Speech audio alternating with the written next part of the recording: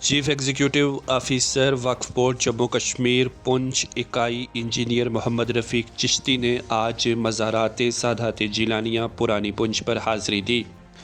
انہوں نے جامع مسجد جیلانیہ میں نماز جمعہ ادا کی۔ بعد ازاں انہوں نے زیارات سادات جیلانیہ پر حاضری دی اور عالم انسانیت کے لیے دعائے خیر کی۔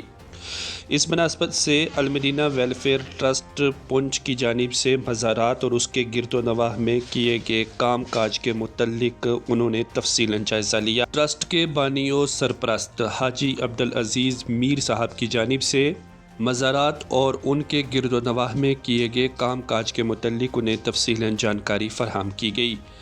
انہیں بتایا گیا کہ یہاں پر جہاں زیارات سادات جیلانیہ پر گنبد کا عالی شان کام کیا گیا ہے، وہیں جامع مسجد جیلانیہ کی جدید تعمیر کے بعد یہاں پر مسجد بنی اور جامعہ معینیہ رضویہ نامی مدرسہ بھی یہاں پر قائم کیا گیا، جس کی حفظ کی کلاس اس وقت یہاں پر لگ رہی ہے۔ علاوہ ازیں یہاں پر قبرستان کو ہموار کیا گیا، اس سے تحفظ دیا گیا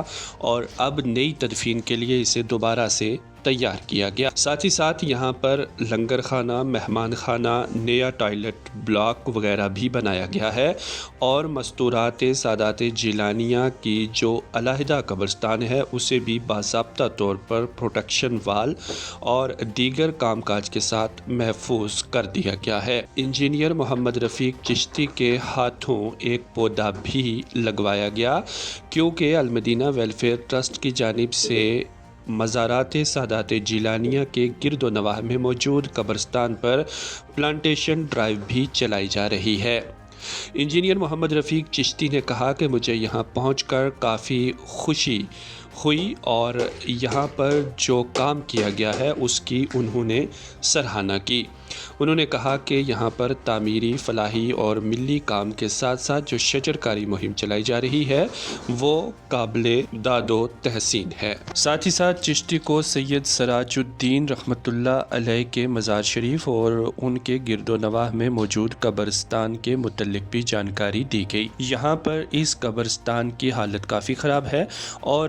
ٹرسٹ کے ممبران کی جانب سے قبرستان کی چار دیواری اور اس کے تحفظ کے لیے اقدامات اٹھائے جانے کے متعلق تفصیلاً گفت و شنید کی گئی۔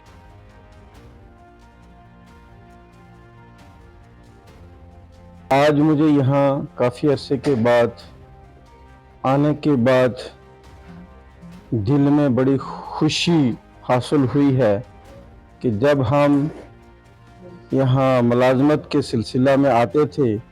تو یہ مسجد اس وقت کچھ مسلمانوں نے،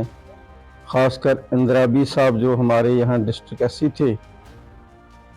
ان کی سربراہی میں یہ مسجد آباد کی تھی اور جمعہ قائم کیا تھا۔ اس وقت یہاں جمعہ کے دن ہی لوگ نماز پڑھنے آتے تھے اور وضو کے لیے پانی کی بھی بڑی قلت ہوتی تھی۔ حاجی عزیز صاحب کی سربراہی میں المدینہ ویلفیئر ٹرسٹ جو پنچ کے لوگوں نے ان کی صدارت میں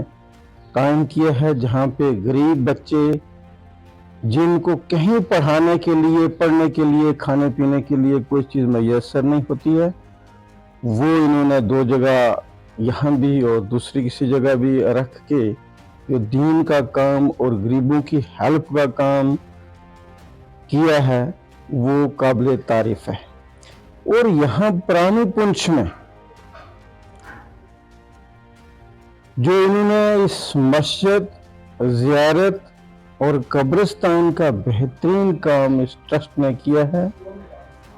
میں ان کو سلام کرتا ہوں کہ ایسے اللہ تعالی ہمارے ریاست جموں و کشمیر، پنچ، پورے ہندوستان میں لوگوں کے دل میں یہ ایسا شوق پیدا کرے کہ وہ دین کی خدمت کریں اور ایسا کام کریں۔ یہ ایک بے مثال کام ہے اور میں حاجی عزیز صاحب اور ان کی پوری ٹیم اور حافظ مجید صاحب طرف سے مبارکباد دینا چاہتا ہوں اور اللہ تعالیٰ سے یہ دعا کرتا ہوں کہ سبھی مسلمانوں کو ایسا شوق پیدا۔ اللہ الرحمن الرحیم۔ آج جمعہ مبارک تھا